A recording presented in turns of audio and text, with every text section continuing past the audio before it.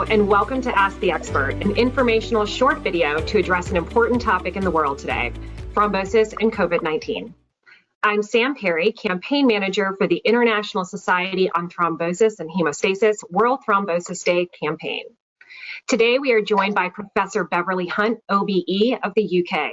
Professor Hunt is a professor of thrombosis and hemostasis at King's College in London, and she is one of the world's leading experts in thrombosis and acquired bleeding disorders. Professor Hunt is the co-founder and medical director of Thrombosis UK and the chair of the World Thrombosis Day Steering Committee. We are very pleased to have her joining us today. Professor Hunt, thank you for your time. Well, thank you for inviting me. COVID-19 continues to spread around the world, and healthcare professionals are learning more about the disease each day. Experts from the International Society on Thrombosis and Hemostasis and the World Thrombosis Day campaign are researching the correlation between COVID-19 and thrombosis and have begun to create recommendations and guidance for healthcare professionals to treat patients. Professor Hunt has been a global leader in the research and understanding of COVID-19 and thrombosis and is here today to discuss this connection and to share important updates and information for healthcare providers. Let's start with our first question. Professor Hunt, can you tell us how the last 3 months have evolved and what you're seeing on the ground? How has this pandemic shifted your clinical focus? Well, I belong to a big London hospital where we have basically closed most of our routine work. We do telephone interviews instead of face-to-face interviews with our outpatients, and we have devoted ourselves to managing patients who have COVID pneumonia. And so we have had many patients being ventilated or on ECMO or in the general wards with COVID pneumonia. Thank you for sharing that. Why are patients with COVID-19 getting blood clots? So it's an interesting question because the data that first came out from Wuhan before we were really seeing large numbers of patients was that the patients had a disseminated intravascular coagulation, and that was a driver. But when they arrived, it wasn't at all like that. These patients are profoundly prothrombotic.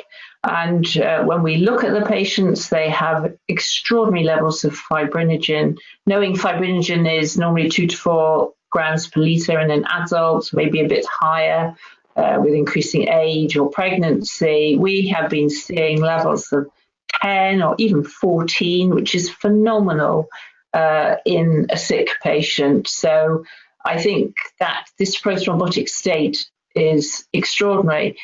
We don't find the changes of DIC, so we don't see low platelet counts. Platelet counts tend to be at the top, really, of the normal range. Maybe the PT and the APTT might be very slightly deranged, but not consistent with a DIC. You know, in a DIC, would expect a low fibrinogen.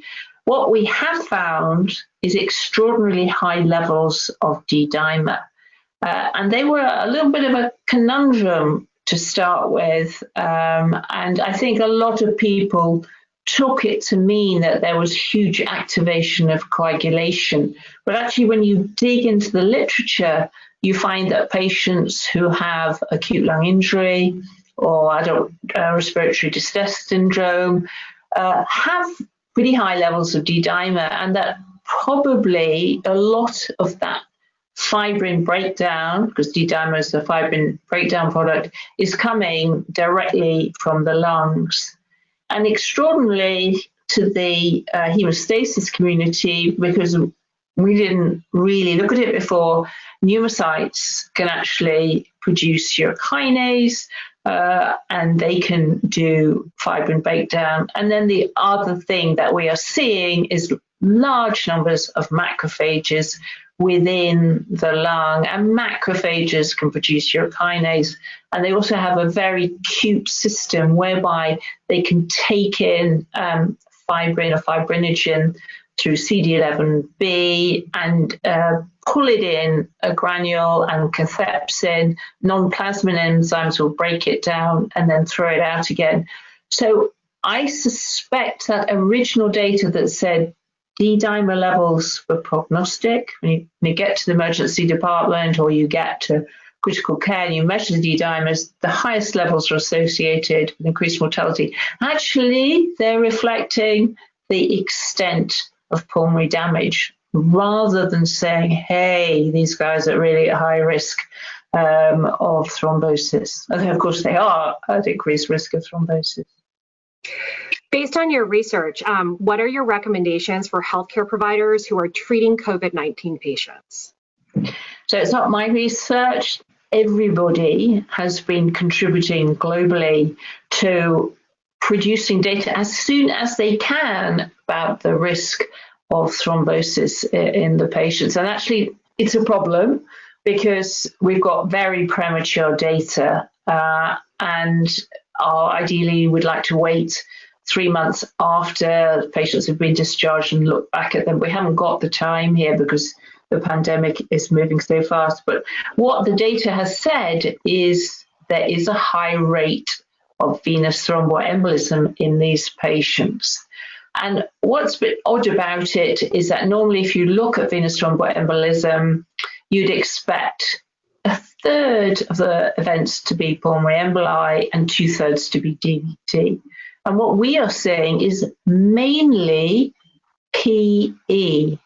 And when you look more closely, you actually see that what people are saying are PE is they've got segmental or subsegmental occlusions on CT pulmonary angiography.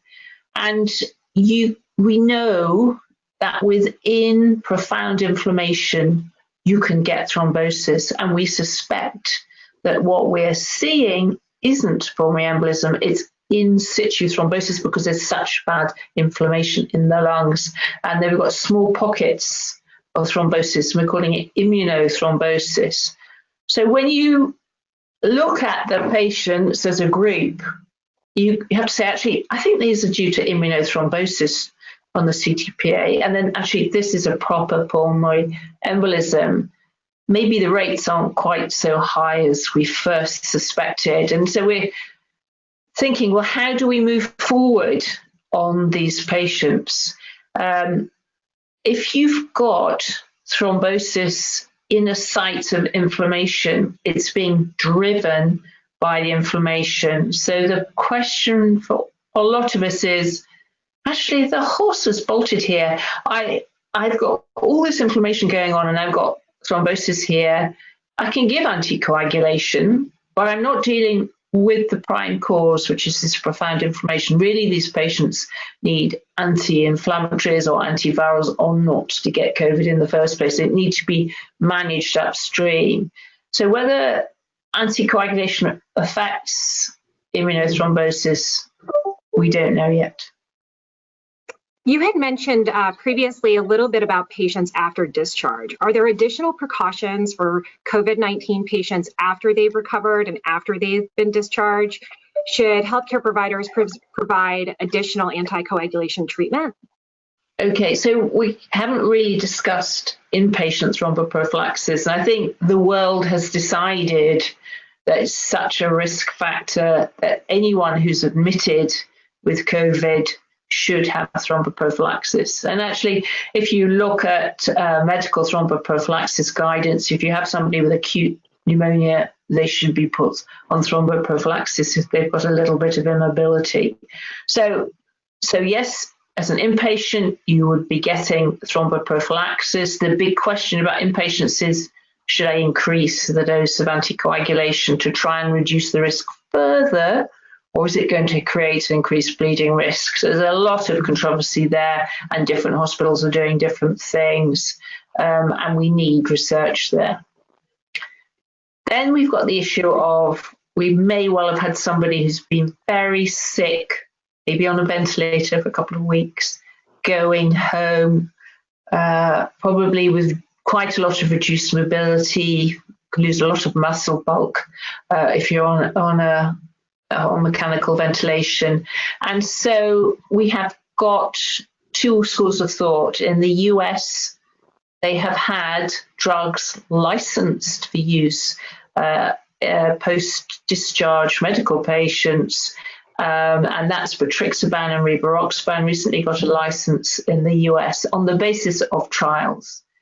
In Europe and elsewhere, they've looked at the data and said, well, there's a minimal benefit, but it's a hell of a lot to give a patient a month's DOAC after discharge.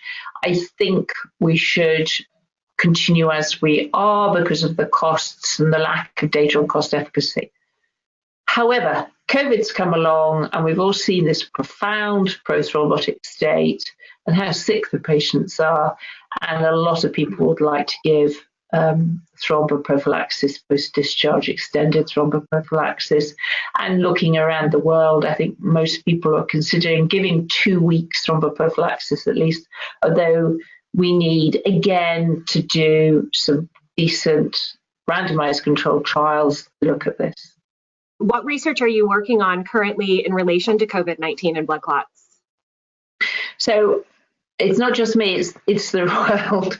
We're all eager to know if I give thromboprophylaxis, what's the best dose of anticoagulant I give? And then also, should I give thromboprophylaxis after discharge? If I do, for how long and how much? And then we've got the really difficult area of where there's just nothing. I've got a patient who's pretty high risk of having blood clots, but not on long-term anticoagulation, and then they get COVID. Should I be thinking about giving them some form of thromboprophylaxis in case they go on to get COVID pneumonia? And that is a really difficult area because it's not really been the subject of research before. Do you have any additional thoughts on what you believe healthcare providers should know as they're treating COVID-19 patients? I think the other issues are around mechanical thromboprophylaxis. So we've got graduated compression stockings and we've got intermittent pneumatic compression. I think the current evidence on stockings is, are they of any use at all? We've got the GAP study, which came out a couple of weeks ago in the British Medical Journal, and it randomized a couple of thousand patients undergoing moderate risk surgery to pharmacological thromboprophylaxis. And underneath that, they had stocking or no stocking. There was no difference in VTE rates. They were both very low. So that sort of goes against stockings. It was the first big RCT of using stockings in that way. But there is evidence for intermittent pneumatic compression. So if you've got somebody who's very high risk, I would consider adding in intermittent pneumatic compression if they have poor mobility. Excellent. Thank you, Professor Hunt. We have one final question for you. Can you share a bit about the World Thrombosis Day campaign and how healthcare providers can benefit from becoming a partner? So thank you for that. So World Thrombosis Day is a campaign to improve awareness of thrombosis, particularly hospital-associated VTE at this current time. And we are working with the World Health Organization to increase awareness and looking particularly at COVID. We're also trying to increase awareness in the general public. And that's quite interesting how varied people's knowledge is across the world. And we are doing ongoing work there. So please join us. It would be great to have more healthcare professionals associated with this fantastic organization. Professor Hunt, you've shared some great information with us today, and we are very appreciative of your time. As we close out this Ask the Expert, continue to check out the World Thrombosis Day and ISTH websites and social media for the most recent updates. Thank you all for joining us today. Stay well and stay safe.